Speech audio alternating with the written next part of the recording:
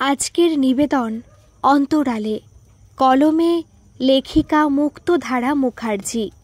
দেখ, কোনো মতেই এই বিয়ে সম্ভব নয়, কেউ মানবে না। তাতে আমার ঘেঁচু গলা। মানে ওরকম বললে হবে নাকি? কেউ রাজি না হলে কি করে হবে? যেরকম করে হয়, কাগজে সই করে। দেখ, তুই বুঝতেই চাইছিস না পরিস্থিতিটা। কি করে বুঝবো বল? তোর মতো তো আর নেকুপশু নই। এরকম কবে কোথায় হয়েছে বল? আর হলেও একদিন বিরক্ত হবি, ক্লান্ত হয়ে যাবি। এমন বিজ্ঞের মতো বলছিস যেন দুনিয়ার প্রতিটা প্রান্তের খবর রাখিস। লোকের কথায় টিকতে পারবো না আমরা। তুই হয়তো নাও পারতে পারিস, ভয় পেয়ে লজ্জায় হিসু পটি করে ফেলতে পারিস। আমি সেরকম নই। দেখ, তুই খালি ইয়ার্কি মেরে যাচ্ছিস। তবে কি আমি বেলা বোস হলে তুই বেশি খুশি হতিস? মানে ওই যে চাকরি পাইনি বলে কেটে পড়ে অন্য কাউকে বিয়ে করে নিল, আমিও সেই রকম করলে তোর হেব্বি মজা লাগতো বল? ওই বেড়ালটার মতো হাততালি দিয়ে নাচতিস। বিড়াল আবার হাততালি দেয় নাকি? কি যে আজে বাজে বকিস বুঝি না। ও তাহলে দেবদাস হয়ে ঘুরতিস? উফ, তুই ভালো করে ভেবে দেখ হলো তোর মেয়ে লিগোতে লাগছে কি না। আমি তো আর কারোর কোনো সমস্যা দেখছি না, দেখতে যাবও না। তাদের সমস্যা হলে তাদের ব্যাপার, তারা গাছের পাতা ছিঁড়ুক, আমার বাবার কি। অর্ণক হাল ছেড়ে বসে পড়ে। মেয়েটা কিছুতেই বুঝতে পারছে না এরকমভাবে জীবন চলবে না। তথাকথিত নিয়মের বাইরে গিয়ে সকলের খোঁচা খেতে খেতে রক্তাক্ত হয়ে যাবে দুজনেই। নাকি সত্যিই তার মেল ইগো হার্ট হতে পারে, এই ভয়েই মন মানছে না। দুটি চিরকালই এরকম। অঙ্ক কোচিনে প্রথম দেখেছিল। দুটো ঝুঁটি বেঁধে আসত, মুখের বিরাম থাকতো না, ফুলঝুরির মতো কথা সব সময়। সেই বন্ধুত্ব থেকে আজ এতগুলো বছর পেরিয়ে গিয়েছে। দুজনে একসাথে এগিয়ে চলেছে। কলেজ শেষে দুটি চাকরি পেয়ে গেল। চিরকালই মেয়েটা পড়াশোনায় ভালো ছিল, কথাও ভালো বলতে পারে। অনায়াসে ব্যাংকের চাকরির সবকটা ধাপ পেরিয়ে গেল। কিন্তু অর্ণক মুখ থুবড়ে পড়ল। মধ্যমানের ছাত্র ছিল, সবেতেই বড় দ্বিধা, আত্মবিশ্বাসের অভাব। চাকরির প্রতিযোগিতাতে বাকিদের সাথে পাল্লা দিয়ে এগিয়ে যেতে পারল না। কিছুতেই কিছু হচ্ছে না যেন। হলেও দুদিন কাজ করেই নাভিশ্বাস উঠে যাচ্ছে আর পালিয়ে আসছে। তার শুধু একটা কাজ করতেই ভালো লাগে, আর দুটির কথা অনুযায়ী ওটাই একমাত্র ভালো পারে, প্লাস্টার অফ প্যারিস দিয়ে বিভিন্ন শোপিস বানাতে। দুটি বলেছে এসব চাকরি নিয়ে না ভেবে ওর ট্যালেন্টকে আরও ঘষা মাজা করে বিজনেস শুরু করুক। ও পাশে আছে, সেটাই করবে ভাবছিল। কিন্তু দুটির বাড়িতে বিয়ের জন্য সবাই খুব জোর করছে, দেখাশোনা শুরু করে দিয়েছে। দুটি এক্ষুনি বিয়ে করতে চাইছে, কিন্তু অর্ণকের কোনো রোজগার পাতি নেই। সকলের অমতে এভাবে বিয়ে করে ওরা আদৌ সুখী হতে পারবে? কতদিন ওর মতো বেকারের বোঝা টানতে পারবে দুটি? দুজনের কেউই কি সমাজের বিষ দৃষ্টি থেকে নিজেদের বাঁচিয়ে রাখতে পারবে? বউয়ের টাকায় খাচ্ছে পড়ছে, এসব কথা কি সহ্য করতে পারবে দিনের পর দিন? অর্ণকের তেমন কেউ নেই। সপ্তাহ দুয়েক আগে বাবাও চলে গিয়েছে। দিনরাত ওই পাথর মূর্তি রং নিয়ে ছড়িয়ে ছিটিয়ে পড়ে থাকে বাড়িতে। না খাওয়া দাওয়া ঠিক আছে, না ঘুমানোর। আজ যে দুটি বলছে সংসার টানবে, কাল সেই না বিরক্ত হয়ে তার মতো সৃষ্টি ছাড়া পাগলকে ফেলে পালায়। তখন অর্ণক কি করবে? কষ্ট হবে যে খুব, বুকে বরফ জমবে, রক্ত বইবে। কি হলো কি, এরকম ভেবলুচরণের মতো বসে আছিস কেন? সবাই হ্যাটা করবে, আর তোমার বুকে সুরসুরি লাগবে, তাই তো? ইস, কি ভাষা! তুমি ন্যাকা, আর আমি সেটা বললেই ব্যাকা, না? উফ, এত আবোল তাবোল বকিস কেন বলতো? সিরিয়াস হলে তোর সাথে প্রেম করতাম নাকি? আমাকে ভালোবাসাটা সিরিয়াস নয় বলছিস তাহলে? কাল রেডি হয়ে চলে আসবি কালী মন্দিরে, কাল তোর বিয়ে। খেপলি নাকি? এলে বুঝবো খেপাখেপির সংসারে হল্লাট ভাঙচুর হবে। না এলে কি? কে, তুই আসবি না? এত সাহস আছে তোর? একটাও বডি পার্টস আস্ত রাখবো ভাবছিস? মুখ বেঁকিয়ে কালবৈশাখীর ঝড়ের মতো চলে গেল দুটি। চিন্তায় পড়ে গেল অর্ণক। দুটিকে ছোট্ট থেকে চেনে, ওকে এড়ানোর সাধ্য ওর নেই। কিন্তু কি করে সব সামলাবে বুঝতে পারছে না। চিন্তায় পড়ে যায় অর্ণব। আস্তে আস্তে বাড়ির পথ ধরে। শোনো মা, মিমি কিন্তু ওই চালচুলোহীন ছেলেটার সাথে দিনরাত ঘুরে বেড়াচ্ছে। আমি অনেকবার বারণ করেছি, মোটেই শোনে না। আমি তো কবে থেকেই বলছি বিয়ের জন্য, তোরাই তো এতদিন পাত্তা দিসনি। কাল যারা দেখতে আসবে তারা মোটামুটি ঠিকঠাক হলে একদম পাকা কথা বলে দিও। আমার ভাবগতিক ঠিক লাগছে না। বেল বাজতেই চুপ করে যায় মিমির দিদি পিউ। মিমি জানতে পারলে একটা চুলও আস্ত রাখবে না ওর। ছোট থেকেই খুব মারকুটে। মা গজগজ করতে করতে দরজা খুলতে গেল।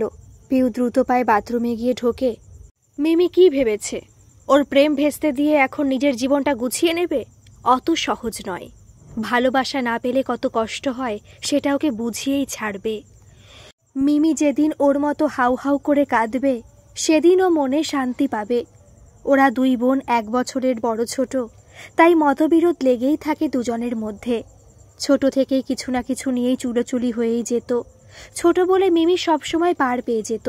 খালি পিউকেই সবাই বোঝাতো, তুই তো বড়, বোনের সাথে এরকম কেউ করে নাকি, তুই ওকে দিয়ে দে না, দেখছিস কাঁদছে। খেলনা চাই, খাবার চাই, পেন্সিল চাই, জামা চাই, ওর যা কিছু প্রিয় সব সব মিমির চাই। এক এক সময় মনে হতো গলা টিপে শেষ করে দিলে বুঝি শান্তি হয় মনে। আস্তে আস্তে বড় হওয়ার পর সবসময় চেষ্টা করেছে দূরে থাকার, কিন্তু এক স্কুল, এক টিচার, এক টিউশন হওয়ার কারণে মা দুজনকে সবসময় একসাথে পাঠিয়ে দিত। তার ছিল যত জ্বালা, তবু মেনে নিয়েছিল। গায়ে লাগলো যেদিন অগ্নির সম্বন্ধে বাড়িতে বলে দিল। এই পাড়াতেই তার বাড়ি। বাবা শুনেই রেগে গেল। তখন সবে মাধ্যমিক দিয়েছে। অগ্নির চিঠিটা বাবার সামনে জোরে জোরে পড়ছিল মিমি। তাদের ভালোবাসার কথা, প্রথম ভালো লাগার কথা, লুকিয়ে গালে প্রথম ছোঁয়ার কথা। লজ্জায় মাটিতে মিশে যাচ্ছিল সেদিন পিউ। আর বাবা মা রাগে লাল হয়ে গিয়েছিল। অগ্নির বাড়ি গিয়ে যা নয় তাই বলে এসেছিল বাবা। চিঠিটাও ছুঁড়ে মেরে এসেছিল। পিউয়ের বাড়ি থেকে বেরোনো একদম বন্ধ হয়ে গেল। কতদিন এই বাথরুমে মুখ লুকিয়ে কেঁদেছে সে। আজ তার প্রতিশোধ নেওয়ার দিন এসেছে। মিমি বলেছিল না অগ্নি বাজে ছেলে, তাইও এরকম করেছে। আজ সেই একই কাজ পিউ করছে। শোধবোধ? আমি তোকে সুখী হতে দেব না মিমি। তুই পড়বি, আমার থেকেও দ্বিগুণ কষ্ট পাবি। রাগে পিউয়ের চোখ দিয়ে যেন আগুন ঝরতে থাকে। রাস্তা থেকে অনেকটা ভিতরে অর্ণকের বাড়ি। পাড়াটা বেশ শুনশান, শান্ত পরিবেশ। কেউ কারোর বিষয়ে বেশি নাক গলায় না। অবশ্য পাড়াতে এখন তার বয়সী ছেলেমেয়ে কেউই প্রায় নেই বললেই চলে। বেশিরভাগই বিদেশি আর নয় কলকাতার বাইরে সেটেল। তাই পাড়ায় বন্ধু বান্ধব বিশেষ নেই তার। বাড়িতে ঢুকে অর্ণক প্রথমে একটু চা বানায়। মনটা অস্থির লাগছে। চা হাতে নিয়ে টিভিটা খুলে বসে। এতদিন কিছুই ভাবতে হয়নি। বাবা বাইরে যাওয়ার আগে যথেষ্ট ব্যবস্থা করে গিয়েছে। খাওয়া পড়ার অভাব তার নেই। বেশ কিছু টিউশনিও করে সে। তাতে তার একার ভালোই চলে যায়। টিভিটায় মন বসছে না কিছুতেই। অস্থির হয়ে পায়চারি করতে থাকে। বেডরুমটায় গিয়ে তাকায়। সবকিছু এলোমেলো হয়ে পড়ে আছে। সারা বাড়িটা কেউ যেন তছনছ করে দিয়ে গিয়েছে। আসলে বাবা যেটুকু বা গুছিয়ে রাখত, বাবা বাইরে চলে যাওয়ার পর সেটুকুও চলে গেছে। আর এই ঘরগুলো তার স্ত্রী হারিয়েছে। অত ভালো না পারলেও যতটুকু পারে গুছিয়ে রাখবে না হয়। অন্তত কাল দুটি এসে যেন আটকে না ওঠে। এরপর সিঁড়ি দিয়ে দোতলায় উঠে নিজের আবর্জনার ঘরটায় ঢোকে। ঢুকতেই একটা অদ্ভুত পাঁচমেশালি বোটকা গন্ধ নাকে এসে লাগে। কিন্তু ঠোঁটে হাসি খেলে যায় অর্ণকের। এই ঘরটায় এলেই তার মন ভালো হয়ে যায়। এটা যে তার নিজের আত্মার ঘর, সৃষ্টির ঘর। মনে হয় তার সবকিছু এই ঘরেই। সারাদিন এই ঘরেই তো পড়ে থাকে। অদ্ভুত শান্তি পায়। খিদে তৃষ্ণা কিছুই যেন থাকে না এই ঘরে এলে। সারাদিন কোথা দিয়ে যেন কেটে যায় এসব কাজ করতে করতে।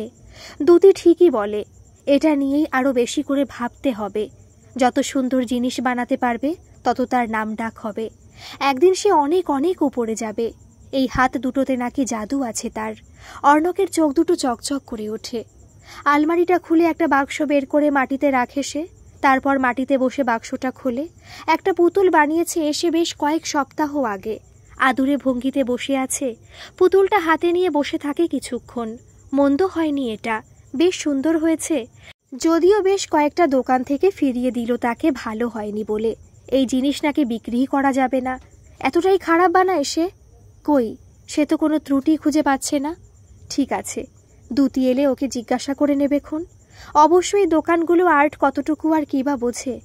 এই তো সেদিন ওই যে শোপিসটা বিক্রি করে এলো, লোকের হাতের তালুর মধ্যে একটা ছোট্ট বাচ্চা মেয়ে বসে আছে ভয়ে। কি এমন ছিল শোপিসটায়? হামলে পড়লো একদম কেনার জন্য দোকানটা।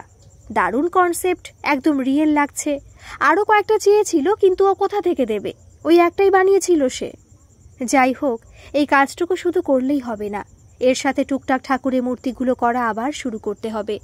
ছোটোখাটো ঠাকুরের মূর্তির অর্ডার অনেক আসে, কিন্তু চোখ নাক মুখগুলো ঠিকঠাক এক এক সময় হয় না। আর ঠাকুরের মূর্তি এদিক ওদিক হলেই মুশকিল। মাঝে মধ্যে বড্ড হতাশ লাগে, হাঁপিয়ে ওঠে। তবে কি সত্যি সে শিল্পী নয়? তার মধ্যে প্রতিভা নেই? না সে পড়াশোনায় ভালো ছিল, না খেলাধুলায়। একটা ভালো চাকরিও জোটাতে পারেনি। ছোট থেকে সবাই বলতো ছেলের আঁকার হাত ভালো। প্রথম সে একটা ছোট মাটির প্রদীপ করেছিল। রং করার পর সবাই খুব পিঠ চাপড়েছিল। তখন সে কত ছোট। তারপর থেকে খালি মনে হতো কিছু বানাবে। টুকটাক চেষ্টা করত। এইভাবেই একদিন মাটি দিয়ে পুতুল গড়ে ফেলল সে। সেই শুরু। বাড়ির কাজের জন্য প্লাস্টার অফ প্যারিস পড়েছিল। মিস্ত্রিদের সাথে একটা জোগাড়ের ছেলে আসতো। সেই দেখিয়েছিল কিভাবে এই দিয়ে কাজ করতে হয়। কেমন যেন নেশা ধরে গেল। একদিন যখন ছোট একটা ফুল গাছের টব বানালো, নিজেই যেন অবাক হয়ে গেল। টুকটুক করে জিনিস বানানো শুরু করলো। ভালোই লাগে তার। তবে শুধু এই দিয়ে কি দুতিকে নিয়ে সুখের সংসার করতে পারবে? না না, হবে না। সে যতই দুতি বলুক, তার থেকে বরং কোনো একটা ধরাবাঁধার কাজ ওঠাতে হবে। তার পাশাপাশি যদি এটা চালাতে পারে তবেই সব ঠিকঠাক হবে। কয়েকটা বড় স্ট্যাচু বানাতে হবে। একটা শুরু করেছে সবে, দেখা যাক কি হয়। বাবার স্ট্যাচু এটা। পুরোটা বানিয়ে ছবি তুলে ফেসবুকে দেবে। হই হই পড়ে যাবে নিশ্চয়ই। পায়ে পায়ে এগিয়ে যায় মূর্তিটার কাছে। এটা কিন্তু একদম পুরো বাবার মতো দেখতে হয়েছে। অবশ্য হবে নাই বা কেন? কম কষ্ট করতে হয়েছে তাকে এটার জন্য। বাবা তো ফালতুই উত্তেজিত করল সেদিন তাকে। সে নাকি নিষ্কর্মা, কোনো কাজই পারে না। এইসব মূর্তি বানানো স্রেফ নাকি বুজরুকি। ওই তো কিরকম বানায় দেখতেই পাচ্ছে। জঘন্য সব। মাথাটা গরম হয়ে গেল তার। তাই তো হাতের কাছে প্লাস্টার অফ প্যারিসের বানানো সবচেয়ে বড় পুতুলটাই ছুঁড়ে মারল বাবার দিকে। ধাই করে লাগলো বাবার কপালে। আর বাবা ধপ করে কিরকম মাটিতে পড়ে গেল। খুব ভয় পেয়ে গিয়েছিল অর্ণব। অনেক চেষ্টা করেও বাবা যখন উঠল না, আর বুকের ধুকপুকানিটাও বন্ধ দেখে বুঝল মানুষটার নেই। পাড়ার লোক ডাকতেই যেত, কিন্তু তার আগেই বাবার তাচ্ছিল্য ভরা হাসিটা মাথার মধ্যে কিরকম প্রতিধ্বনি করতে লাগলো। কিরকম একটা জেদ চড়ে গেল যেন। লোকটাকে বুঝিয়ে দিতেই হবে সে শিল্পী, অনেক বড় মাপের শিল্পী। বাবার এই মূর্তিটাই তা জীবন্ত প্রমাণ। বাবার মৃতদেহের উপর প্লাস্টার অফ প্যারিস দিয়ে কি সুন্দর মূর্তিটা তৈরি করে ফেলেছে। কেউ বলতে পারবে আর সে শিল্পী নয়? বাবার মূর্তিটার সামনে গিয়ে দাঁড়ায়, চোখে চোখ রেখে বলে ওঠে, কি গো বাবা, এবার তোমার বিশ্বাস হলো তো কত বড় শিল্পী আমি? পাথর, মাটি, রং, রাসায়নিক এসব নিয়েই তো আমার সংসার। আমি কাজ পারি না, আর কোনোদিন বলবে? হা হা করে হেসে উঠল অর্ণব। সে শিল্পী, অনেক অনেক বড় মাপের শিল্পী। এরকম চুপ করে আছিস যে? বলবি তো কাল কটায় ফিরবি অফিস থেকে? ঠিক নেই, আর নাও ফিরতে পারি। পিউ আড়ে তাকায় বোনের দিকে। না ফিরলে তার থেকে বেশি খুশি আর কেউ হবে না। কিন্তু তার অত কপাল ভালো নয় সেও জানে। আর তাছাড়া ওকে তো ফিরতেই হবে। ওকে যতদিন না চোখের জলে। আমি আর কোনোদিন ফিরব না মা। তোমরা শুধু শুধু এইসব তামাশা করে লোক হাসিও না। মানেটা কি? কি বলতে চাইছিস? ফিরবি না তো যাবি কোথায়? সেসব নিয়ে তোমাদের ভাবতে হবে না। আমরা ভাববো না তো ওকে ভাববে শুনি? ওই চালচুলোহীন ছেলেটা। আমি বিয়ে করছি কাল অর্ণকের সাথে। তোমাদের আর আমাকে নিয়ে ভাবতে হবে না। ঠাস করে গালে একটা চড় আছড়ে পড়ে সজোরে। বাবা সামনে দাঁড়িয়ে রাগে ফুঁসছে। চোখ দিয়ে জল বেরিয়ে আসে দুতির। ঠোঁটের কোণে একটু রক্ত। আমাদের কথা একবারও মনে হলো না? নিজের যা ইচ্ছে তাই করবি? কি ভেবেছিসটা কি? দুটো মেয়েই জ্বালিয়ে পুড়িয়ে শেষ করে দিল আমাদের। একটা ছোট বয়সে মুখ পুড়িয়েছিল, আরেকজন এখন আমাদের মান সম্মান ধুলোয় মিশিয়ে দিচ্ছে। মান সম্মান সেটা আদৌ আছে তোমাদের? মিমি, বাড়াবাড়ি হয়ে যাচ্ছে কিন্তু। মান সম্মান নেই মানে কি বলতে চাইছিস তুই? যেটা সত্যি সেটাই বলছি। কি সত্যি? তোমাদের দুজনেরই তো বাইরে অন্য সম্পর্ক আছে। আর বাবা, তোমার তো ওই অগ্নির মায়ের সাথেই। চুপ, একদম চুপ। যত বড় মুখ নয় তত বড় কথা। কেন চুপ থাকবো? শুধু পয়সা দিলেই সন্তানের প্রতি কর্তব্য শেষ, তাই না? অগ্নিদা তো সব জানত, দু চোখে তোমায় সহ্য করতে পারে না। শুধুমাত্র প্রতিশোধের জন্য আমার দিদিটার জীবন শেষ করতে উঠে পড়ে লেগেছিল। তোমার ওই লোক দেখানি নাটক সব জানা আছে আমার। আর মা, তুমিও আমাদের জন্য কি করেছো? দিন রাত অসীম কাকুর সাথে তোমার অফিসিয়াল প্রেমালাপ সম্বন্ধে আমি জানি না ভেবেছ? দিদি তো একটা গাধি, তাই কিছুই বুঝতে পারে না। নয়তো বাবা যখন থাকে না, ঘরে ঢুকে কিরকম অফিসের কাজ করো সব জানা আছে আমার। মিমি, গলা নিচু করে কথা বলো। আর যাই হোক, তোমাদের কথায় আমি চলবো না। তোমরা কখনো আমাদের কথা ভেবেছ? সব নিয়ম শুধু সন্তানের জন্য না। মান সম্মানের খুঁটি শুধু আমাদের হাতে ধরিয়ে দিয়ে তোমরা যা খুশি করতে পারো, আমরা করলেই দোষ। তোমরা যে যার নিজেকে নিয়ে ব্যস্ত। আমাদের মনের কষ্ট, না খেয়ে শুয়ে পড়া, তোমাদের ভুয়ো সম্মান রক্ষার জন্য ভালো ভালো মার্কস আনা, এই সব কিছু শুধু আমাদের দায়। লজ্জা করে না তোমাদের? ঘরে একটা আলপিন পড়লেও হয়তো শোনা যাবে। সব নিস্তব্ধতা পায়ের তলায় পিষে মিমি ঝড়ের গতিতে নিজের ঘরে চলে যায়। পিউ পাথর হয়ে দাঁড়িয়ে আছে। এসব কি বলছে মিমি? তাহলে এতদিন যে কানাঘুষো শুনত সেগুলো সব সত্যি? মিমি ব্যাগে কয়েকটা জামা কাপড়, নিজের দরকারি ডকুমেন্ট ঢুকিয়ে নিয়ে শেষবারের মতো ঘরটাকে দেখে নেয়। আজকে রাতটা কোথায় যাবে সে জানে না, কিন্তু আর এক মুহূর্ত এইখানে টিকতে পারবে না। অনেক হয়েছে, সব মুখোশ একটানে খুলে দিয়েছে আজ সে। খালি অভিনয়। উফ। ঘর থেকে বেরোতে গিয়ে আটকে যায়। দরজার বাইরে একপাশে দেওয়ালে হেলান দিয়ে দিদি দাঁড়িয়ে। মিমি কোনো মতে হেসে বলে, দেখ পিউ, তুই আমার থেকে 1 বছরের বড় হতে পারিস, তবুও তোকে দিদি বলে ডাকতে পারবো না, সে যতই তুই রাগ করিস। তবে তোর ঘর আজ থেকে একদম তোর একার। তুই বলতিস না কবে আমি বিদেয় হব, সেদিন তুই পার্টি করবি। আজ থেকে রোজ তোর পার্টি। আমার সব দুষ্টুমিগুলো, ভুলগুলো পারলে ক্ষমা করে দিস, আর ভালো থাকিস। বলে মিমি জড়িয়ে ধরে পিউকে। তারপরে হনহনিয়ে বেরিয়ে যায়। পিউ বাকরুদ্ধ হয়ে দাঁড়িয়ে থাকে। গলার কাছে কি একটা যেন খচখচ করছে। আনন্দ তো হচ্ছে না, মিমির জায়গায় তারই কান্না পাচ্ছে খুব। কিন্তু পারছে কই? পাশের ঘরে রোজকার মতো ঝগড়া মারামারি, একে অপরের দোষারোপ, গালিগালাজ শুরু। এই দেখেই তো বড় হয়েছে সে। ভাবত এরকমই হয় হয়তো সব সম্পর্ক, কিন্তু সম্পর্কটাই যে ভুয়ো সেটা তো সে বুঝতেই পারেনি। নাকি বুঝেও চোখ বন্ধ করেছিল? কে জানে। সব কিছু ঘেটে যাচ্ছে আজ। ভালো লাগছে না কিচ্ছু। মিমি সেই আবার জিতে গেল, আর সে আবার কাঁদছে, শুধু কাঁদছে। মিমি রাস্তায় এসে দাঁড়িয়ে থাকে। রাগের মাথায় বেরিয়ে তো এলো, এবার সে কি করবে, কোথায় যাবে? কিন্তু ও বাড়িতে আর থাকাও সম্ভব ছিল না। হাঁপিয়ে উঠেছিল সে। কোনো বন্ধুর বাড়ি চলে যাবে, কিন্তু কোনোদিন কারোর বাড়ি রাত কাটায়নি। হাজারটা প্রশ্ন করবে। তার উপর বাবা মায়ের স্ক্যান্ডাল নিয়ে সব বন্ধুরই বাবা মা কোনো না কোনো বাহানায় কৌতূহল দেখায়। ধুর, ফালতু ঝামেলা। ওসব আরও বিরক্তি লাগে। তারপর কার ওপর ঝাঁজিয়ে কি বলে দেবে দরকার নেই। আজকের রাতটা বাস স্টপে কাটিয়ে দেবে সেটাও উপায় নেই। খুব একটা নিরাপদ নয়। এখান থেকে রেল স্টেশনও অনেকটা দূর। তাহলে একটাই উপায় রইল, কিন্তু সেটা করা কি ঠিক হবে? অর্ণকের বাড়িতে তো কেউই থাকে না যতদূর জানে সে। কাকু পরশুদিন না কাল কবে যেন কাজের সূত্রে পুনে গিয়েছেন। আর তাছাড়া কাল সকালেই তো তারা বিয়ে করে নেবে। সেটাই বরং ভালো হবে। একদম রাস্তায় দাঁড়িয়ে না থেকে ওর বাড়িতে থাকাই ভালো। বরং ওকে সঙ্গে নিয়ে বেশ কিছু জামাকাপড় আজ শপিং করে নিলে ভালো হবে। আর ঘরদোরও নিজের মতো একটু দেখে নেবে। ও যা খ্যাপা, গিয়ে দেখবে সোফায় উল্টে হয়তো ঘুমাচ্ছে, চারদিক ছত্রখান হয়ে পড়ে আছে। অর্ণকের কথা মনে পড়তেই ঠোঁটে হাসি ফুটে ওঠে দুতির। এই একজন মানুষই তো আছে দুনিয়ায় যে ওকে পাগলের মতো ভালোবাসে। লাগেজ তুলে নিয়ে ট্যাক্সি ধরে দুতি। রাজকন্যাকে নিয়ে সাই সাই করে ছুটে চলে পক্ষীরাজ ঘোড়া। বেলটা বাজতে অর্ণক অবাক হয়। এখন কে এলো আবার? কেউ তো তেমন আসে না। কে আসতে পারে এই সময় হুট করে? খানিকক্ষণ চিন্তা করে দরজাটা আস্তে আস্তে খোলে। ধাপ্পা!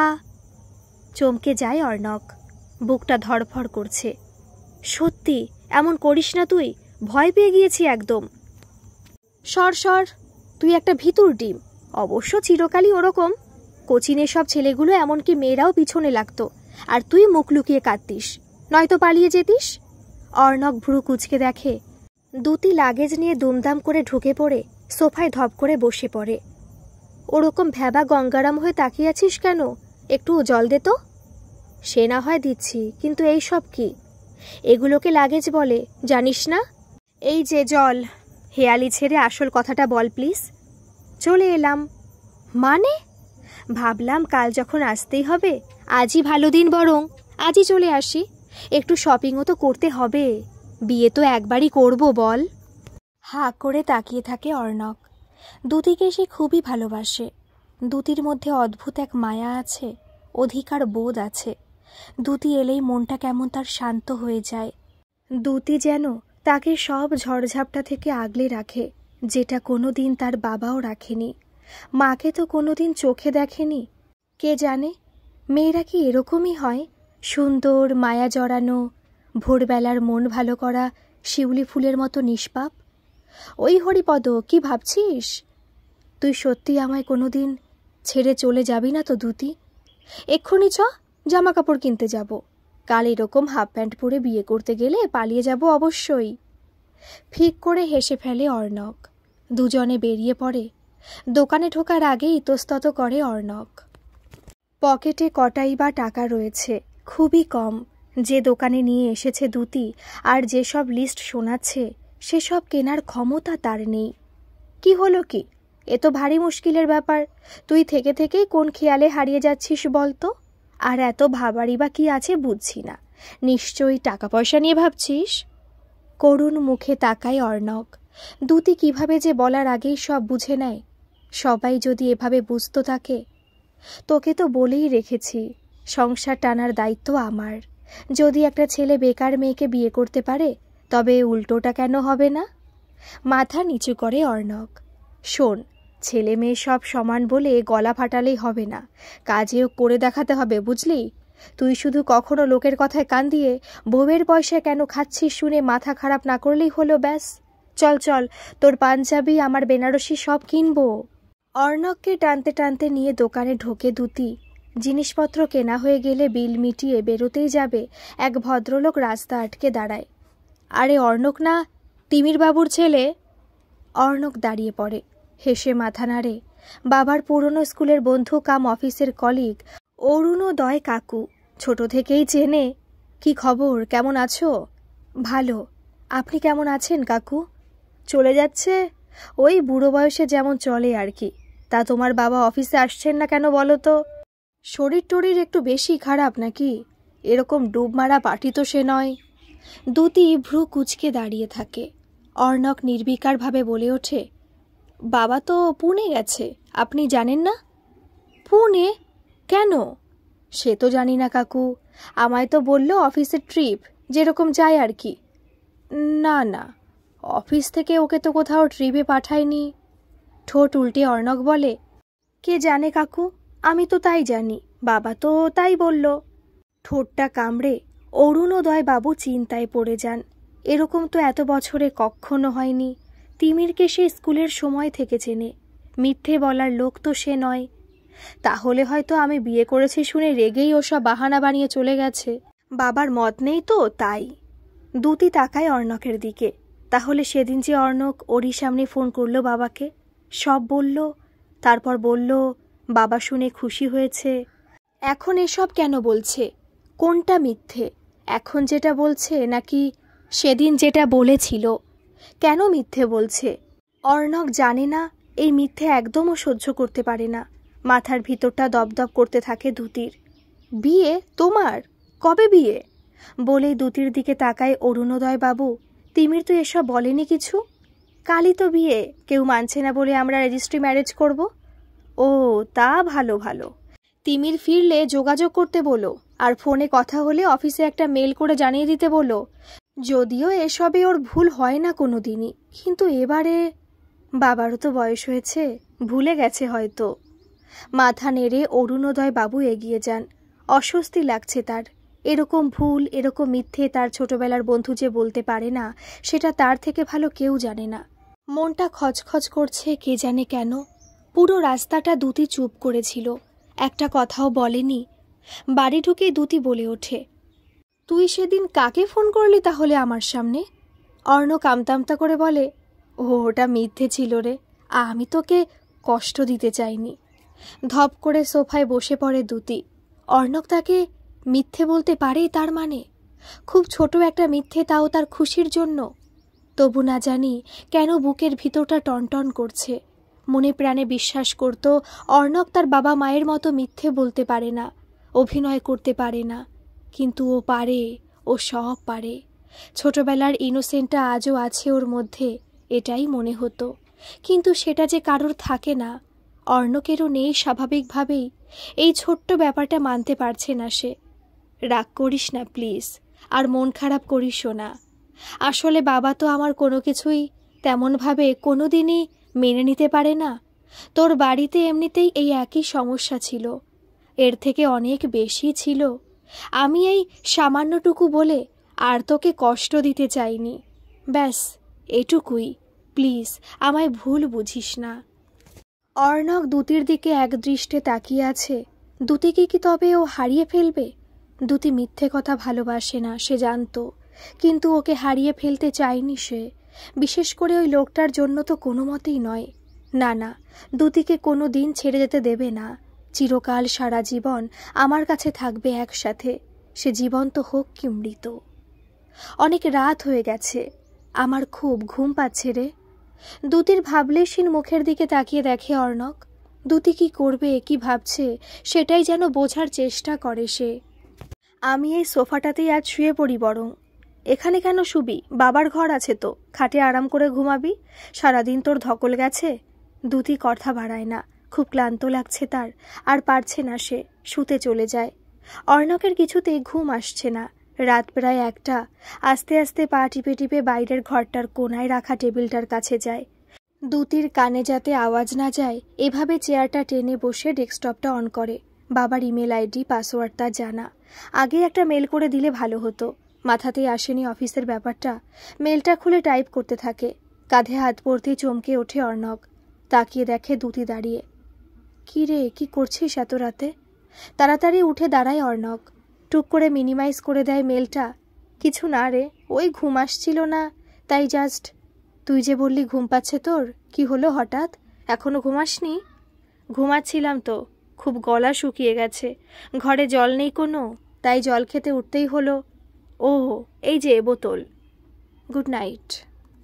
দ্যুতি চলে গেল। অর্ণব ভুরু দুটো কুঁচকে দ্যুতির দিকে তাকিয়ে থাকে। দ্যুতি কি সত্যি জল খেতে উঠেছিল নাকি? না না, দ্যুতি কেনই বা ভাববে?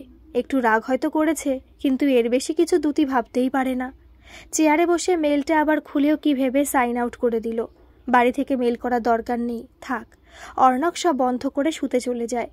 দ্যুতি খাটের উপর বসে এক মনে ভাবে, কাকুর মেলটা খোলা ছিল, সে দেখতে পেয়েছে। কি করছিল অর্ণব? অফিসে মেল করতে যাচ্ছিল।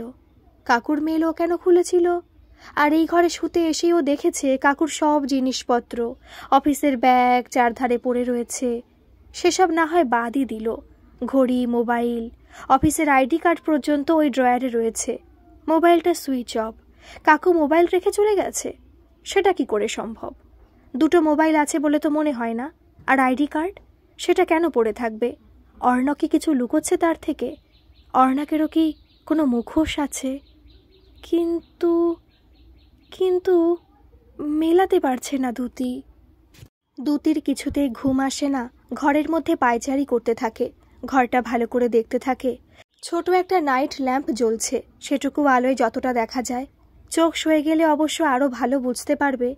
ঘরে জানলাটার পাশে একটা আলমারি আছে, জানলাটা বন্ধই আছে। চারপাশে আরেকবার চোখ বুলিয়ে নেয়। আলমারিটার সামনে গিয়ে দাঁড়ায়, সামান্য ইতস্তত করতে থাকে। অন্যের ঘর, অন্যের আলমারি, এভাবে কোনোদিন সে অপরের ব্যক্তিগত জিনিসে হাত দেয়নি। কিন্তু মনটা বড্ড অস্থির লাগছে। আলমারি লক থাকলে অবশ্য খোলা যাবে না, তবু একবার দেখতে ইচ্ছে করছে। হ্যান্ডেলটা খুব আস্তে আস্তে ঘোরাতেই আলমারি খুলে গেল। অন্ধকারে ভালো দেখা যাচ্ছে না। অবশ্য কী বা দেখবে? কেন আলমারিটা খুলেছে সেটাও জানে না সে। খাটের উপর রাখা নিজের মোবাইলটা এনে টর্চটা জ্বালিয়ে দেখতে থাকে। স্বাভাবিকভাবেই কিছু নেই তেমন। জামা কাপড়, কোট, কিছু কাগজপত্র আর চশমা রয়েছে। এই চশমাটাই তো কাকু পরতেন। চশমাটা হাতে নিয়ে ভালো করে দেখে দ্যুতি। অবশ্য এখন এটাই পরতেন না, নতুন কিছু করেছিলেন জানা নেই তার। আরেকটা তাকে একটা ডায়েরি দেখতে পায়। ওটা বের করে নিয়ে আরেকবার টর্চটা দিয়ে ঘুরিয়ে ঘুরিয়ে দেখে ভালো করে, তারপর আলমারিটা বন্ধ করে দেয়। ঘরটায় আলো ফেলে দেখে, কিছু তেমন দেখতে পায় না। খাটে উঠে বসতে গিয়েও কি একটা মনে হতে খাটের পাশে রাখা বেডসাইড টেবিলের ড্রয়ারটা খুলল। মোবাইলে টর্চের আলোটা ফেলতেই কাকুর সাদা রঙের ইনহেলারটা ঝলসে উঠল যেন। হাতে নিয়ে দুটি দেখতে পেল প্রায় নতুন। ইনহেলারের গায়ের পাফ রিডিংটা অন্তত তাই বলে দিচ্ছে। মাত্র 20টা পাফ ব্যবহার হয়েছে। কাকু ইনহেলার ছাড়া কোনোদিন কোথাও যায় না। কোচিনে যখন মাঝে মধ্যে স্যারের সাথে কথা বলতে আসতেন তখনও আনতেন, কারণ একবার কোচিনে এসে হঠাৎ করে শরীর খারাপ হয়ে যায় কাকুর। হাঁপানির টান ওঠে। কাকু পকেট থেকে ইনহেলার নিয়েছিল সঙ্গে সঙ্গে। তারপর হেসে স্যারকে বলেছিল, এটা ছাড়া বাথরুমেও যাই না, এই রোগভোগ নিয়ে চলছে আর কি। সেই মানুষটা ইনহেলার ছাড়া তো কোথাও যেতে পারে না, আর যদি রাগ করেই কোথাও চলে যায় এসব তো নিয়ে যাবে সে। নেয়নি কেন? আনমনে ডায়েরিটা খোলে। মাঝের একটা অংশ খুলে যায়। বুঝতে পারছি না কি করব। ছেলেটাকে মানুষ করতে চেয়েছিলাম, যার জন্য বিয়েও করলাম না, আর শুধু তার জন্য নিজের গোটা জীবনটা দিয়ে দিলাম।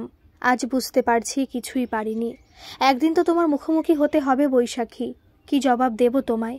আমি পারিনি বৈশাখী, তোমায় দেওয়া কথা আমি রাখতে পারিনি। আমি চেষ্টা করেছিলাম ভালোবাসায় মুড়ে রাখতে তোমার আদরের শেষ স্মৃতিকে, কিন্তু সব ছিঁড়ে সে টুকরো টুকরো করে দিয়েছে। তোমার মুখ চেয়েই আমি তার সব অন্যায় মাটি চাপা দিয়ে এলাম। কি করে মেনে নিতাম যে চোখের সামনে আমার ওইটুকু ছেলেকে পুলিশে যখন ধরে নিয়ে যেত? সুচি, তোর দাদাকে ক্ষমা করে দিস। আমি তোকে বাঁচাতে পারিনি। আমি বুঝতেই পারিনি ঘুমের মধ্যে কখনো রন আমার পাশে থেকে উঠে গিয়ে তোর ঘরে চুপি চুপি ঢুকে ওভাবে তোকে কুপিয়ে মেরে ফেলবে। উফ, ভাবতেই পারছি না তোর বকুনিতে ওভাবে খেপে যেতে পারে। মনে রাগ বসে রেখে অপেক্ষা করতে পারে কখন তুই ঘুমাবি আর সে গিয়ে এভাবে তোর প্রাণটা নিয়ে নেবে। ধুতির হাত কাঁপছে, চোখ ঝাপসা হয়ে যাচ্ছে। এসব কি লেখা আছে? তোর পিছনের বাগানে এইমাত্র মাটি চাপা দিয়ে এলাম। মনে হচ্ছে যেন আমার হাতে তোর রক্ত লেগে আমি তোকে মেরে ফেললাম রে সুচি। শান্তিতে ঘুমাস। আর কিছুই তো তোকে দিতে পারলাম না। বৈশাখী চলে যাওয়ার পর তুইও তো রনকে কোলে পিঠে মানুষ করলি।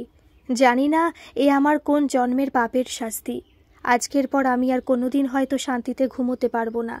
কে বলতে পারে ঘুমের মধ্যে একদিন আমার ছেলে হয়তো আমাকেও মেরে ফেলতে পারে। দুটি মুখে হাত চাপা দিয়ে কেঁপে ওঠে। ওই নরম ভীতু ছেলেটার আড়ালে একটা খুনি লুকিয়ে আছে। এটা কি করে সম্ভব?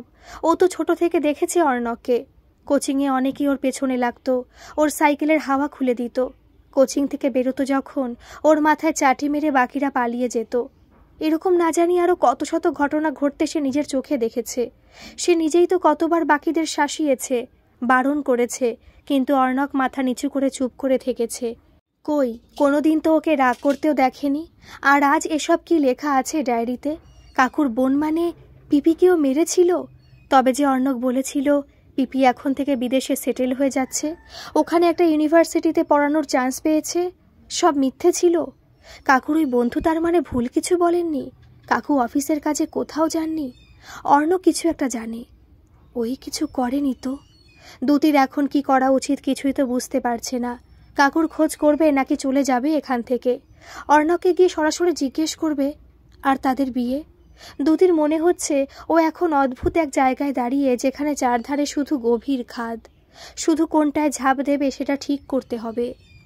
মাথার ভিতরটা সব গোলমাল হয়ে যাচ্ছে। কান্না পাচ্ছে দুতির। ফুপিয়ে ওঠে সে।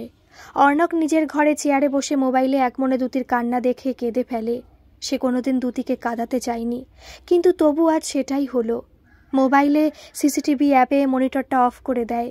নিচের বাবার ঘরে, রান্নাঘরে, তার ঘরে, আর এই বাইরের ঘরটায় সিসিটিভি ক্যামেরা লাগানো আছে। এই তো কয়েক মাস আগেই লাগানো হয়েছে। দুতি কখনো আসেনি তো, তাই বেচারি জানে না। জানলে নিশ্চয়ই ঘরটার অত তল্লাশি নিত না। অর্ণবের খুব কষ্ট হচ্ছে দুতিকে এভাবে কাঁদতে দেখে। এইভাবে কষ্ট পেতে কি দেখা যায় দুতিকে? যায় না, একদম যায় না। চোখ মুছে অর্ণব উঠে দাঁড়ায়। একটু খারাপও লাগছে আবার। দুতি তাকে বিশ্বাস করলো না। ভালোবাসলে নিশ্চয়ই চোখ বুজে বিশ্বাস করত। তাকে কেন যে কেউ ভালোবাসতে পারে না, এটা ভাবলেই মাথার ভিতর কেউ যেন দুম দুম করে হাতুড়ি মারে। উফ, লাগছে তো। অর্ণব মাথা চেপে বসে পড়ে আবার।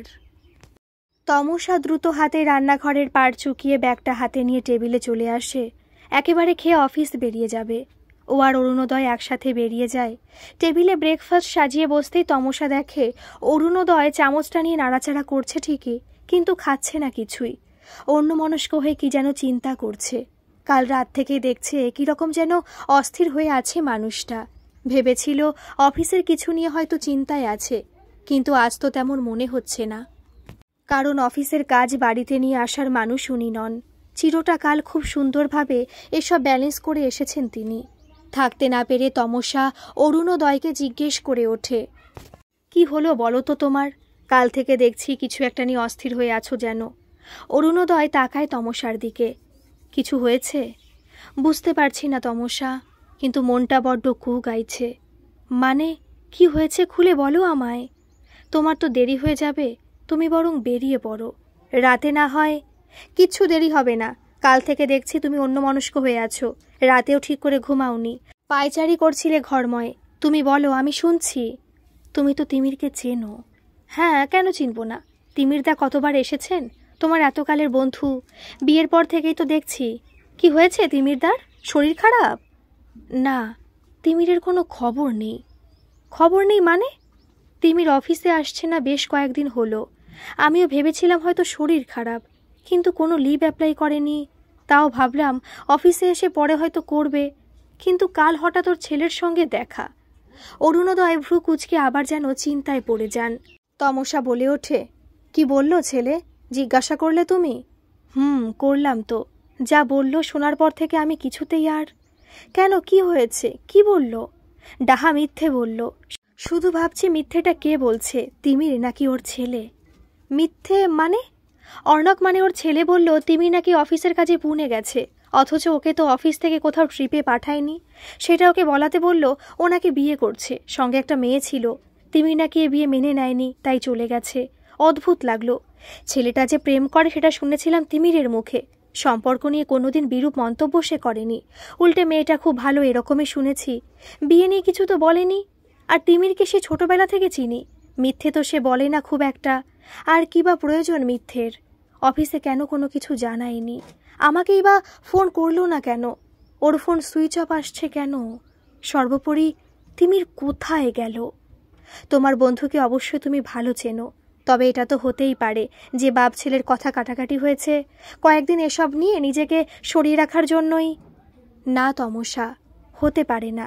হ্যাঁ, ওকে চিনি, খুব খুব ভালো চিনি, তাই চিন্তা হচ্ছে। তিমিরের বোন সুচিস্মিতাও হুট করেই একদিন উবে গিয়েছিল। তুমি তো জানো সুচিকে আমি ভালোবাসতাম। তিমিরকে সেভাবে তো কোনোদিন জিজ্ঞাসা করতে পারিনি। কেন জানি না, তিমির বোনে টপিক এলে এড়িয়ে যেত। তিমির মিথ্যে বলতো আমি জানি। ও মিথ্যে বললে ঠোঁট কাঁপত। সুচিকে কত খুঁজেছি, পাইনি। সুচি আমাকে না বলে চলে যাবে দেশের বাইরে, এটা হতেই পারে না। ঠিক তেমনি আজ তিমিরও একই রকমভাবে হারিয়ে গেছে। অস্বাভাবিক লাগছে তমসা। আমি জানি না তোমাকে বোঝাতে পারছি কিনা। আমার মন মানছে না। কেন জানি না, আমার মনে হচ্ছে কিছু একটা ব্যাপার আছে। বুঝতে পেরেছি। চলো তাহলে। অবাক হয়ে অরুণোদয় তাকায়। কোথায় যাব? তিমিরদার বাড়ি। গিয়ে ছেলেটাকে জিজ্ঞাসা করি। বাড়িতে হুট করে হাজির হলে নিশ্চয়ই একটা কিছু আন্দাজ পাওয়া যাবে। কিন্তু এভাবে যাওয়া কি ঠিক হবে? আর ওদের তো আজ বিয়ে শুনলাম। বাহ, ভালো তো। আমিও সব বুঝে নেব। চলো এক্ষুনি। তোমার খারাপ লাগলো না তমসা?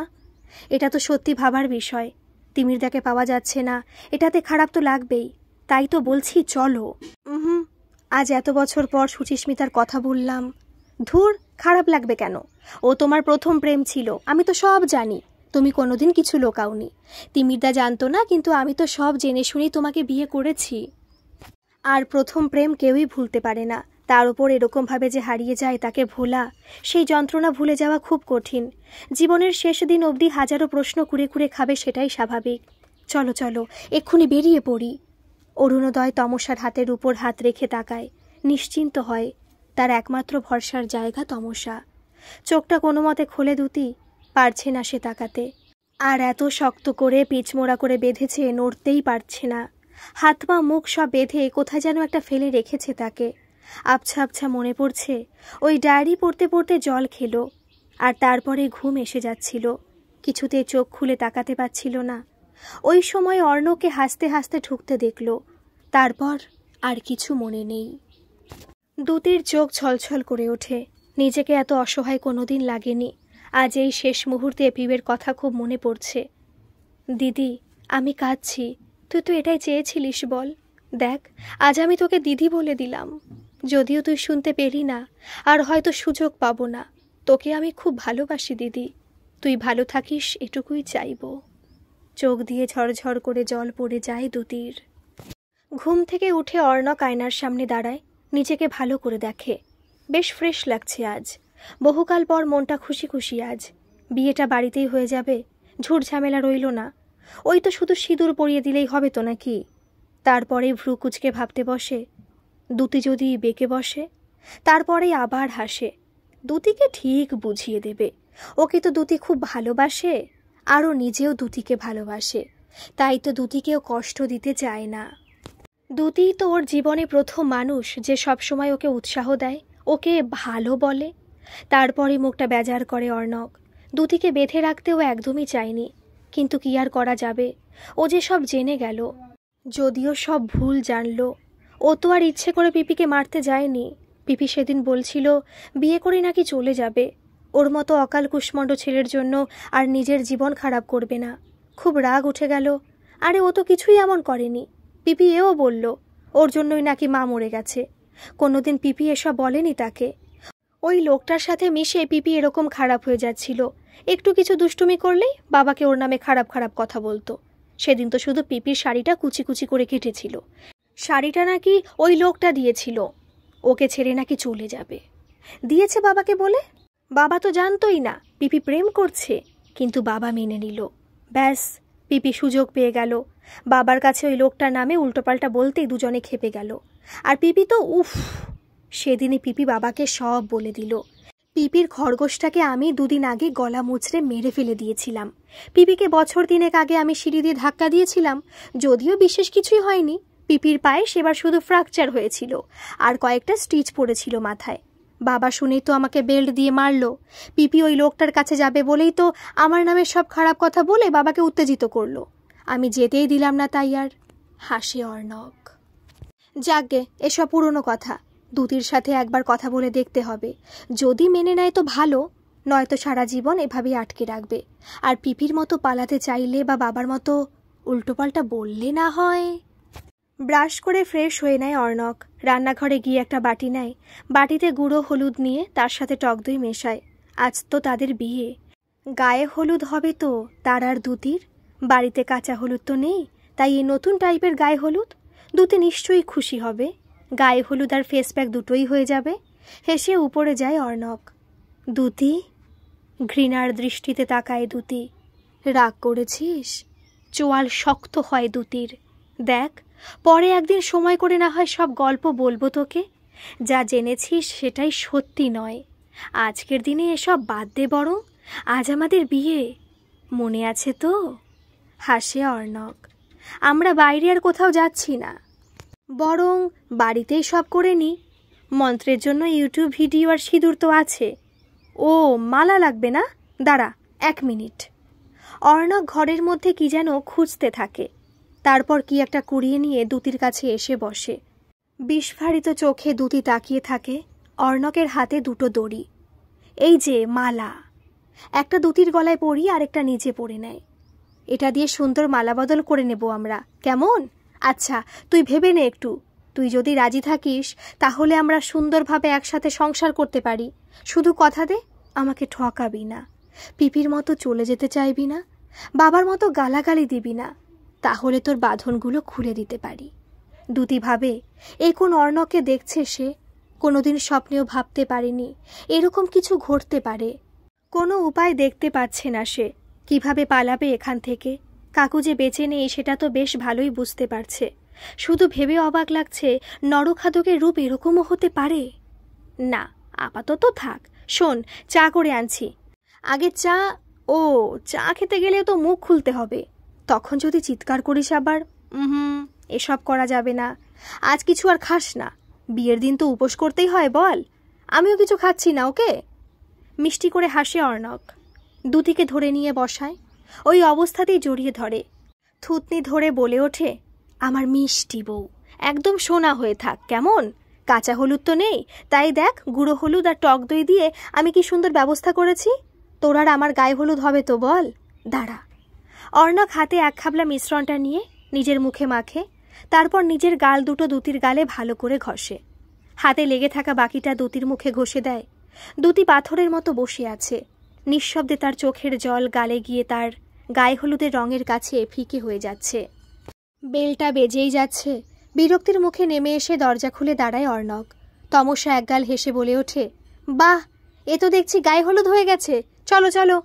অর্ণবকে সরিয়ে ঢুকতে যায় তমসা। ইতস্ততভাবে অর্ণবের মুখের দিকে তাকিয়ে আছে অরুণোদয়। 1 মিনিট, আপনারা? হঠাৎ কি ব্যাপার কাকু? তমসা অরুণোদয়কে কিছু বলতে দেয় না, নিজেই বলে ওঠে, আরে তোমার কাকুর মুখে তো শুনলাম যে তোমার বিয়ে। এদিকে তিমিরদা রেগে মেগে বেপাত্তা, তাই তোমার বিয়েতে চলে এলাম। না, প্রয়োজন নেই কারুর। আমি অপরিচিতদের আমার বিয়েতে ডাকি না। আর আপনারা আমার কেউ হন না, বাবা নেই, তাই এই বাড়িতে আর কোনোদিন আসবেন না। সপাটে দরজাটা বন্ধ করে দেয় অর্ণব। তমসা দীর্ঘশ্বাস ফেলে। অরুণোদয় বলে ওঠে, তোমাকে তো বলেছিলাম অত সহজ নয় ব্যাপারটা। অর্ণব একদম অন্য টাইপের ছেলে, ও আমাকেও খুব একটা পছন্দ করে না। সেটাই তো দেখতে এসেছিলাম, যে কোনো স্বাভাবিক ছেলে মেয়েরা এটা কি করতো? উল্টে বাবাকে বোঝাতে বলতো তুমি যেহেতু তার ছেলেবেলার বন্ধু। তোমাকে কেন পছন্দ করে নাও? বাবার বন্ধু বলে নাকি? নাকি ওর পিসিকে ওর থেকে কেড়ে নিচ্ছিলে বলে? এসব তুমি কি বলছো তমসা? আমি কেড়ে নিতে যাব কেন? আমি কোনোদিনও এরকম ভাবিনি। সেটা সুচিও জানতো। কিন্তু অর্ণব তো এটা ভাবতেই পারে। ওর চোখ দুটো স্বাভাবিক নয় অরুণোদয়, ওর কিছু একটা সমস্যা রয়েছে। কিসের সমস্যা? কি বলছো বলো তো তুমি? আমি বুঝতে পারছি না। আর তোমাকে তো বললাম আমাদের সম্পর্কের কথা ওরা কেউ জানতো না। হয়তো জানতো বা জেনে গিয়েছিল, তোমরাই সেটা জানতে না। তোমার এই গোয়েন্দাগিরি ভালো লাগছে না আমার, চলো এবার এখান থেকে। তুমি খেয়াল করেছো কিনা জানি না, হলুদের রংটা অন্যরকম ছিল, একদম সাদাটে আর পেস্ট মতো। ধুর, এখনকার মেয়েরা কেউ ওইসব কাঁচা হলুদ বেটে লাগাতে চায় না, এইসবই লাগায়। ঠোঁট কামড়ায় তমসা। মনের ভিতর তোলপাড় চলছে, কিছু একটা মিস করে যাচ্ছে মনে হচ্ছে। কি যেন একটা অস্বাভাবিক জিনিস, যেটা সে দেখেছে অথচ কিছুতেই মনে করতে পারছে না। বারবার পুরো দৃশ্যটা মনে মনে ঝালিয়ে নিচ্ছে সে, তবু কিছুতেই বুঝতে পারছে না। গাড়ি করে অর্ধেকের বেশি রাস্তা পেরিয়ে আসার পর হঠাৎই মাঝ রাস্তায় সে চিৎকার করে ওঠে, এই এই, গাড়ি ঘোরাও, এক্ষুনি চলো। ইস, এটাই মনে করতে পারছিলাম না। দেখো, এইভাবে অন্যের বাড়িতে বারবার বিরক্ত করা যায় না। ও যা ছেলে, পুলিশে হ্যারাসমেন্টের কমপ্লেন করে দেবে হয়তো। উফ, বুঝতে পারছো না তুমি? কি বুঝতে পারছি না? ছেলেটার গলায় একটা দড়ি বাঁধা ছিল মালার মতো করে। তো কি করব আমরা? ও স্বাভাবিক নয় অরুণোদয়, ও মেয়েটাকে মেরে ফেলবে হয়তো, এর আগেও করেছে হয়তো। যা, এইবার বাড়াবাড়ি করছো। সব জায়গায় তোমার ডাক্তারি না? সাইকোগুলোকে চিকিৎসা করতে করতে সব জায়গায় ওসব দেখো। বাড়ি চলো। কেন যে বললাম তোমায়। হাত চেপে ধরে তমসা। ভালো করে পুরনো কথা মনে করে দেখো অরুণোদয়, কখনো সুচরিতা বা তিমিরদার কাছে কোনো কিছু হুট করে নষ্ট হয়ে গেছে, মরে গেছে, ভেঙে গেছে অস্বাভাবিকভাবে, এসব শুনেছ কি না? ভ্রু কুচকে ভাবে অরুণোদয়, ধুর, এভাবে কিছু মনে থাকে নাকি? তমসা এক দৃষ্টে তাকিয়ে থাকে। না, আমার তো মনে নেই। এর আগে আর কারোর মৃত্যুর কথা শোনোনি এই বাড়িতে? আর কারোর বলতে কি বলছো তমসা? কেউই তো মারা যায়নি। তমসা চুপ করে যায়। সে হয়তো ভুলই ভাবছে। সব পেশেন্ট তো এক হয় না, সকলের এক ডিসঅর্ডার হবে সেটাও সম্ভব নয়। সে হয়তো বেশি ভাবছে, হয়তো কিছু কাজ করছিল তাই গলায় দড়িটা ছিল। হঠাৎ উত্তেজিত হয়ে ওঠে অরুণোদয়। 1 মিনিট, সুচি একদিন এসে খুব কেঁদেছিল। ওর প্রিয় খরগোশটাকে কুকুরে নাকি গলা মোটকে মেরে দিয়েছিল, কিন্তু ডাক্তারের কাছে নিয়ে যেতে বলেছিল। গলায় দাঁতের কোনো কামড়ের চিহ্ন নেই। ডাক্তারের মতে কুকুরের কাজ নয়, অস্বাভাবিক মৃত্যু বলেছে। কিন্তু সুচি বারবার বলছিল সেটা কিভাবে সম্ভব। ডাক্তারবাবু কেন এরকম বলল সে জানে না। খুব কষ্ট পেয়েছিল সুচি। আর একবার ওদের বাগানের গাছে কি একটা পাখিতে নাকি বাসা বেঁধেছিল। 3টে বাচ্চা ছিল। সুচি খুব খেয়াল রাখত। একদিনও দেখে বাচ্চাগুলো বাগানে মরে পড়ে আছে। চোখ বন্ধ করে ফেলে তমসা। ঠিকই ভেবেছে সে, ছেলেটার মানসিক সমস্যা আছে। এরকম টাইপের একটা কেস পেয়েছিল অনেকদিন আগে। সে হাসতে হাসতে তার নিজের মাকেও মারতে পিছপা হয়নি। দীর্ঘশ্বাস বেরিয়ে আসে তার। কিভাবে মেয়েটাকে বাঁচানো যায় ভাবতেই পারছে না সে। সুচরিতা আর তিমিরদা হয়তো আর বেঁচে নেই, বিশেষ করে সুচরিতা। যদিও এই সবই তো তার আন্দাজ। অর্ণব তো এত সোজাভাবে ঢুকতেই দেবে না। পুলিশে ওইভাবে রিপোর্ট করেও ঢুকে লাভ হবে না। এক তো পুলিশ মানবে না, দুই যদি ঢুকে কিছু না পায়, ওই বাড়ির কোথাও গুপ্ত জায়গা থাকলে কিছু খুঁজে না পেলে আরেক বিপদ হবে। কি ভাবছ? কি করা যায়? কিভাবে সত্যি অবধি পৌঁছানো যায় আর মেয়েটাকে উদ্ধার করা যায়? পরের ঝামেলায় না ঢোকাই ভালো তমসা। আমরা বড্ড ইন্টারফেয়ার করে ফেলছি। অসম্মানিত হওয়ার চেয়ে ফিরে চলো। তিমির ফিরে আসুক, তারপরে না হয় দেখা যাবে। আর তিমিরদাও যদি না ফেরে সুচরিতার মতো। তমসা, হুট করেই তো সেও না বলে কয়ে চলে গিয়েছিল, ঠিক যেমন তিমিরদা গিয়েছে। অবাক ভয়ার্ত চোখে তাকিয়ে থাকে অরুণোদয়। তমসা কি বলছে, ও কি বোঝাতে চাইছে? দুজনেই কি কর্তব্য বিমূঢ়। দুটি উৎকণ্ঠা নিয়ে কান খাড়া করে থাকে। বেল বাজলো মানে কেউ তো এলো না। একটা ক্ষীণ সুযোগ আছে নিশ্চয়ই এই নরক থেকে বেরোনোর। কিন্তু অনেকক্ষণ অনেক চেষ্টা করেও যখন আর কিছু শব্দ শোনা যাচ্ছে না, তখন বুঝল বৃথাই আশা করেছিল সে। হয়তো কোনো সেলসম্যান বা কিছু। হতাশ হয়ে পড়ে সে। পর মুহূর্তে চোয়াল শক্ত হয় তার। এত সহজে কেন হার মেনে নিচ্ছে সে, তাও একটা খুনির কাছে? নিজের মা বাবাই যখন তার আপন নয়, তাদের কাছেও যখন সে মাথা নোয়ায়নি, একটা বাইরের ছেলের কাছে কিছুতেই হেরে যেতে পারে না সে, কিছুতেই না। ঘরের চারদিকে তাকাতে থাকে সে, যদি ধারালো কিছু একটা পেয়ে যায়। চোখ খুঁজতে থাকে তার। পিউ ফোনটায় আরও একবার রিং করে। না, এখনও নট রিচেবল বলছে। এরকম তো হয় না কখনো। মিমির ফোন কোনোদিন অফ হয় না। আর নট রিচেবলও তো হওয়ার কথা নয়। খুব বেশি দূরে তো নয় অর্ণকের বাড়ি। বাস ধরলে আধ ঘন্টা, আর নয়তো দুটো অটো করলেই ওর বাড়ি। অবশ্য মিমি বলে যায়নি ওর বাড়ি যাচ্ছে, তবে সে খুব ভালো করেই বোনকে চেনে। কোনো বন্ধুর বাড়ি সে উঠবে না। অর্ণকের বাড়ি গিয়েছে নিশ্চয়ই। তবে অর্ণকের বাবা আছেন, হতেও তো পারে থাকতে দেননি। তাহলে তারপর মিমি কোথায় গেল? যেখানেই যাক ফোনে তো পাওয়া যাবে। অফিসে ফোন করেছিল, বলল আসেনি। তাহলে গেল কোথায়? অর্ণক বলতে পারবে নিশ্চয়ই, কিন্তু ওর নম্বরটা নেই ওর কাছে। বাড়িটাও চেনে, ওদের বাড়ির কাছেই তো নাচ শিখতে যেত। অঙ্ক কোচিংয়ে মিমি আর অর্ণক পড়তো, ওই কোচিংয়ে পিও পড়তো। তখনই মিমি বলেছিল যে নাচের দিদিমণির বাড়ির উল্টো দিকের বাড়িটাই অর্ণকের। অর্ণক নিশ্চয়ই জানবে মিমি কোথায়। ফোনে পাচ্ছে না কেন? মা বাবার তো কিছু যাই আসে না, তারা তাদের মতো আছে। কিন্তু সে যে আর পারছে না। তার হিংসা রাগের মধ্যে বোনের প্রতি ভালোবাসাও ছিল। যতদিন বাড়িতে ছিল খুব রাগ হতো, চলে যাওয়ার পর থেকে বাড়িটা যেন খেতে আসছে। আর সে তো ভুলই ছিল। মিমি যে কোনোদিন তার খারাপ চায়নি সেটা তো সে বুঝতেই পারেনি, বা হয়তো পেরেছিল। বুঝতে ইচ্ছে করেই চায়নি। তবে সত্যিগুলো জানার পর থেকে বুকটা যেন খালি হয়ে গিয়েছে। আর মিমি চলে না গেলে পিউ হয়তো কোনোদিনই বুঝতে পারতো না যে সে মিমিকে সত্যি অনেকটা ভালোবাসে। একবার বরং অর্ণকের সাথে দেখা করলেই হয়। ফালতু সময় নষ্ট না করে বেরিয়ে পড়ে পিউ। অনেকক্ষণ ধরে কোনো মতে শরীরটাকে ঘষ্টাতে ঘষ্টাতে আলমারির কাছে পৌঁছে যায় দুটি। আলমারিটার নিচে একটা আয়না ভেঙে পড়ে আছে। হাত দুটো পিচ মোড়া করে এমন বেঁধেছে যে সে ঠিক কায়দা করে উঠতে পারছে না। আগে বরং পায়ের বাঁধনটাই খোলার চেষ্টা শুরু করলো সে। বুঝতে না পেরে পাটা কেটে গেল। রক্ত বেরোতে শুরু করে। দাঁতে দাঁত চেপে যন্ত্রণা সহ্য করে নেয়। কোনো আওয়াজ করা চলবে না। আজ যাই হয়ে যাক, নিজেকে মুক্ত করতেই হবে। মুখটা ভালো করে ধুয়ে নিয়ে বাথরুমে আয়নার সামনে দাঁড়িয়ে নিজেকে ভালো করে দেখতে লাগলো অর্ণক। তারপর ভ্রু কুঁচকে ভাবতে লাগলো, হঠাৎ ওদের এত আগ্রহ কিসের? তবে কি কিছু সন্দেহ করেছে নাকি ওই লোকটা? এবার কি বাবা পিপির পর দুটিকে কেড়ে নেবে বলে আসছে? মাথার ভিতরটা চিরচির করতে শুরু করে। সব সময় তার সাথে এরকম হয়। যখনই কাউকে বেশি ভালোবাসে, কাউকে আঁকড়ে ধরে বাঁচতে চায়, সেই না জানি কেন তাকে ফেলে পালিয়ে যায়। কিন্তু কেন কেন কেন চলে যাবে? কেন তার থেকে বেশি অন্য কাউকে গুরুত্ব দেবে?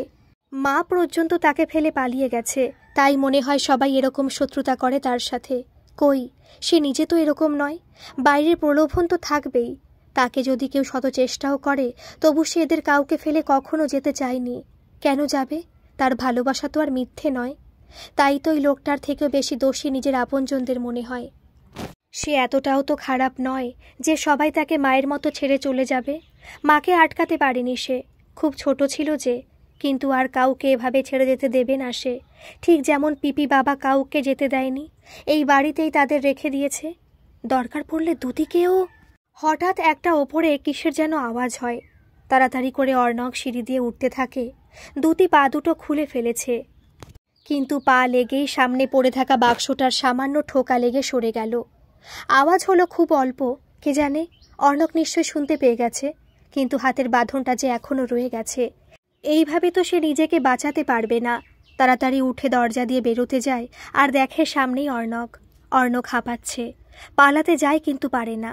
অর্ণব ধরে নিয়ে টেনে আবার ঘরে ঢোকানোর চেষ্টা করে। দুটি নিজের সর্বশক্তি দিয়ে আটকানোর চেষ্টা করে। মাথা দিয়ে সজোরে মারে অর্ণবের মুখে। অর্ণবের গায়ে যেন অসুরের শক্তি প্রবেশ করেছে। সব কিছুই ব্যর্থ হয়। শক্ত করে দুটিকে ধরে নিয়ে হেঁচড়ে ঘরে ঢোকায়। ধাক্কা মেরে মাটিতে ফেলে দুটির ওপর চড়ে বসে। গলা টিপে ধরে দুটির। দাঁতে দাঁত চেপে অর্ণব বলে ওঠে, তুইও বেইমানি করলি তো আমার সাথে? তুইও আমাকে একা করে দিয়ে জিতে যাবে ভেবেছিস? সেটা কোনোদিনও আমি হতে দেব না, কোনো দিনও না। পিছনে প্যান্টের মধ্যে গুজে রাখা ধারালো ছুরিটা বের করল। দুটি স্থির হয়ে দেখে সামনের অমানুষটাকে সে চেনে না। একেই তো সে ভালোবেসেছিল। একেই সে একসময় বোকা, সাদাসিধে, সরল মনের মানুষ ভেবেছিল। সবটা ভুল ছিল, সবটাই। চোখ বুজে ফেলে সে। আহ! চিৎকার করে অর্ণব মাটিতে ঢলে পড়ে। দুটি অবাক হয়ে চোখ খুলে দেখে সামনে পিউ দাঁড়িয়ে, হাতে একটা বেলচা। পরমুহূর্তে পুলিশ নিয়ে দুজন ঢোকে।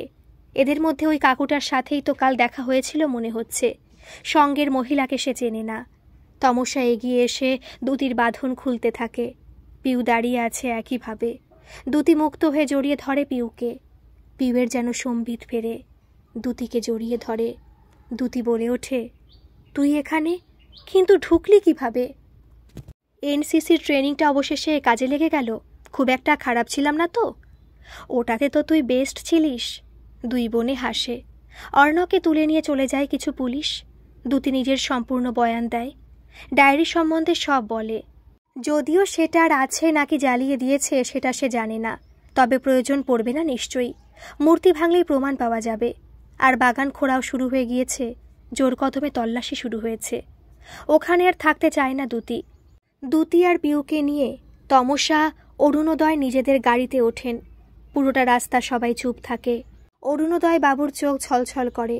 তমসা অরুণোদয়ের হাতে হাত রাখে। বাড়ি ফিরে তমসা সকলের জন্য ভালো করে চা নিয়ে এসে বসে। দুটি প্রথম বলে ওঠে, আপনার কি কালই সন্দেহ হয়েছিল কাকু? হ্যাঁ, তবে এরকম কিছু হতে পারে সত্যি ভাবতে পারিনি।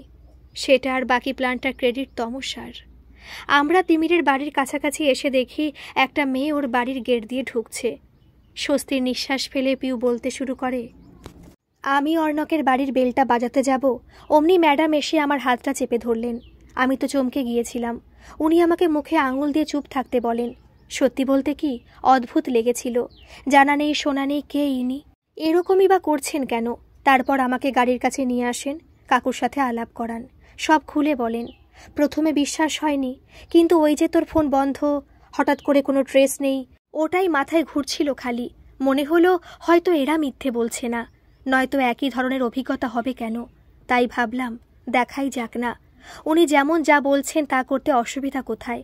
বেল টিপলে অর্ণব খুলতো আর একই ঘটনা ঘটতো হয়তো। তাই ছাদ দিয়ে ঢোকাটাই ভালো মনে হলো। আর এসব আমি ভালোই পারি, সে তো তুই জানিস। কিন্তু আমি ভাবতে পারিনি ছাদে নেমেই দেখতে পাবো তোকে। দেখলাম তোকে মাটিতে ফেলে অর্ণব চড়ে বসছে। ছাদেরই এক কোণায় বেলচাপাটা পড়েছিল। ব্যাস, এক মুহূর্ত আর নষ্ট করিনি। ওদিকে কাকুরা পুলিশ নিয়ে দরজা ভেঙে ঢুকলো। তারপরেটা তো তুই সব জানিস। আমাকে বাঁচানোর জন্য তুই এত বড় রিস্ক নিলি? তোর গলা টিপে আমি মারতে পারি, তা বলে অন্য কাউকে সে অধিকার দিইনি আমি। গুরু গম্ভীরভাবে বলে ওঠে পিউ। হো হো করে হেসে দুটি বলে ওঠে, এই এই এতদিনে তুই আমার দিদি হলি। পিউ হেসে ফেলে। তমসা আর অরুণোদয় বাবুও যোগ দেয়। গল্পটি যদি ভালো লাগে প্লিজ একটা সাবস্ক্রাইব করে দেবেন। আর গল্পটি কেমন লাগলো অবশ্যই একটা কমেন্ট করে জানাবেন। ধন্যবাদ।